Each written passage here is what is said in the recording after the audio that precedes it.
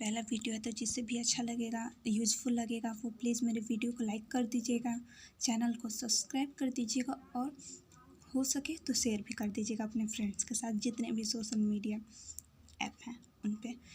तो ये वीडियो उन लोगों के लिए नहीं है जो कि रेलवे एसएससी वगैरह के लिए तैयारी कर रहे हैं। ये उन लोगों के लिए है जिन्हें बेसिक का नॉलेज नहीं है। ये वीडियो उन लोगों के लिए है, और जैसे ये जो स्कूल जाते हैं बच्चे, उन लोगों के लिए है। तो आज मैं बताने जा रही हूँ वर्ब के बारे में।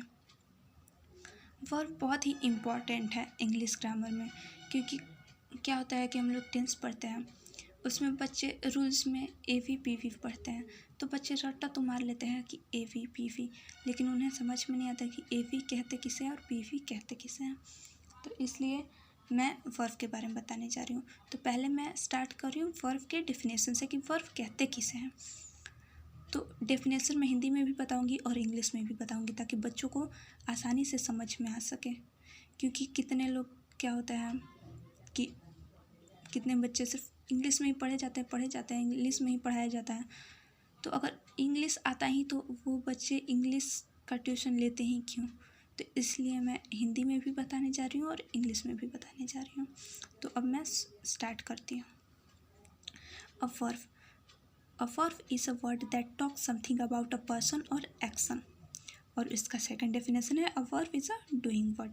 और हिंदी में इसका डेफिनेशन है जिससे किसी काम के करने या होने का बोध होता है, उसे क्रिया कहते हैं। एग्जाम्पल के लिए to read, to write, to go, etc। हम जानते हैं कि हिंदी में भी जैसे खाना, जाना, पीना, सोना, ये सब क्या है? ये सब क्रिया है, तो उसे ही इंग्लिश में वर्ब बोलते हैं। There are mainly two kinds of verb, these are following. Verb जो है वो मेनली दो तरह का होता है। वैसे तो वर्ब बहुत सारे तरह का होता है, लेकिन मेनली दो तरह का होता है, टू टाइप्स होते हैं वर्ब के। पहला क्या है? प्रिंसिपल वर्ब, और प्रिंसिपल वर्ब को ही मेन वर्ब कहा जाता है। कहीं कहीं पे प्रिंसिपल वर्ब और मेन वर्ब अगर लिखा हुआ है तो कोई कोई ये समझता है कि और हिंदी वाला और अलग होता है और इंग्लिश वाला और अलग होता है।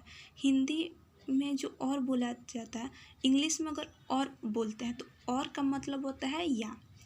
तो पहला होता है प्रिंसिपल वर्ब और मेन वर्ब, मतलब कि प्रिंसिपल वर्ब को ही मेन वर्ब कहा जाता है, उसी का दूसरा नाम है मेन वर्ब, और हिंदी में उसे कहते हैं प्रधान क्रिया। दूसरा जो है वो है एक्सुलरी वर्ब और हेल्पिंग वर्ब। एक्सुलरी वर्ब को ही हेल्पिंग वर्ब बोलते हैं और हिंदी में उसे सहायक क्रिया बोलते हैं। पहला हो गया प्रिंसिपल वर्ब। तो अब मैं बताती हूँ कि प्रिंसिपल वर्ब कहते किसे हैं। A verb that is used freely in a sentence is called a principal verb. इसे हिंदी में भी बताती हूँ।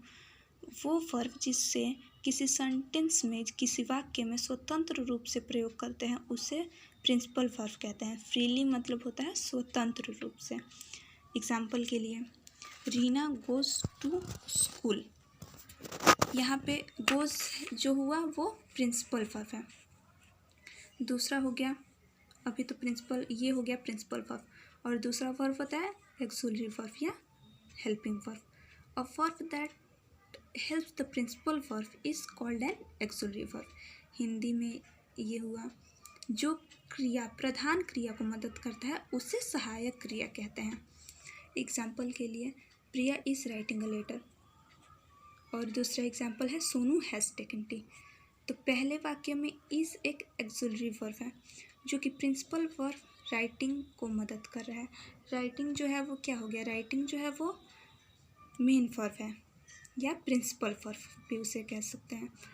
तो और उसकी सहायता के लिए जो है वो इज है, तो इज हो गया एक्सुलरी वर्ब। वैसे ही, जस्ट वैसे ही दूसरे सेंटेंस में टेकन क्या हो गया? वो प्रिंसिपल वर्ब हुआ, और हैज़ जो हुआ वो एक्सुलरी वर्ब हुआ।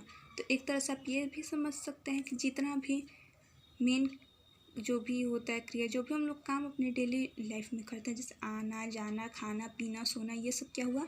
ये सब हुआ प्रिंसिपल वर्ब। और is, am, are, has, have, should, ये सब हो गया एक्सुलरी वर्ब। एक्सुलरी वर्ब 24 तरह का होता है, 24 ठो होता है।